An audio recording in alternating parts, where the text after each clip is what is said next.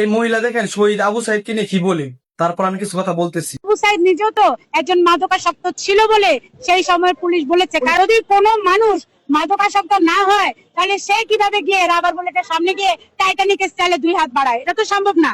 এ পতিতালয়ের বাচ্চা বলতেছে শহীদ আবু সাইদ নাকি মাদকাসক্ত ছিল, কারণ সে পুলিশের পিস্তলের সামনে নিজের বুক উঁচু করে দিয়েছিল। আরে কুলাঙ্গারের বাচ্চা, আরে পতিতালয়ের বাচ্চা, কারোর ভিতরে যদি দেশপ্রেম থাকে তাহলে সে পুলিশের পিস্তলের সামনে নয়, বরং কামানের সামনে নিজের বুক উঁচু করে দিতে পারবে, যেটার বাস্তব প্রমাণ আমাদের আবু সাইদ। আর সেই আবু সাইদকে নিয়ে সে কটাক্ষ করতেছে এবং আবু সাইদকে বলতেছে সে নাকি মাদকাসক্ত ছিল।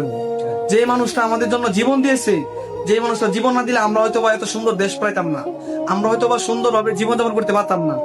আজ সেই আবু সাইদকে নিয়ে সে কটাক্ষ করতেছে। এই পতিতালয়ের বাচ্চা কিছুদিন আগে হুজুরদেরকে নিয়ে অনেক বাজে মন্তব্য করছে, কিন্তু আপনারা চুপ ছিলেন। এখন চুপ থাকার সময় না। এই মহিলা আস্তে আস্তে অন্যায় সীমা অতিক্রম করে ফেলতেছে। সে আমাদের রাসূল, কুরআন এবং ইসলামকে নিয়ে অবমাননা করতেছে। এখন ভাই চুপ থাকলে চলবে না, এটাকে শক্ত হাতে দমন করবো, নয়তো ভাই এটা এমন ভাবে বাড়বে যেটা আপনি আমি কল্পনা করতে পারতেছি না। অতএব তোমাকে বলি, তুমি সাবধান হয়ে যাও, ভালো হয়ে যাও। যদি ভালো না হও তাহলে কিন্তু জনগণ তোমাকে ভালো বানিয়ে দিবে। সো এসব গাঁজাগুড়ি কথাবার্তা বাদ দিয়ে ভালো হয়ে যাও, নয়তো কিন্তু চাপার দাঁত একটাও থাকবে না। ভালো হয়ে যাও।